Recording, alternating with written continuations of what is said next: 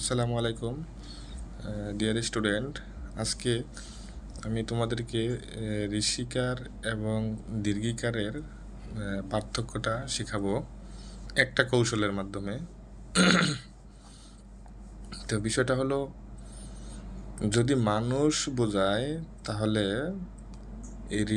দীর্ঘিকার হবে। যদি মানুষ বোঝায় তাহলে দীর্ঘিকার হবে। যেমন অফিস সহকারী, তাহলে অফিস সহকারী এটা হলো একটা মানুষ, তাহলে এই সহকারী বানানটা কি হবে? দীর্ঘিকার দিয়ে হবে, তাই না? আচ্ছা, আর যদি মানুষ না বুঝিয়ে অন্য কিছু বোঝায় তাহলে সেটা ঋষিকার হবে। যেমন ইংরেজি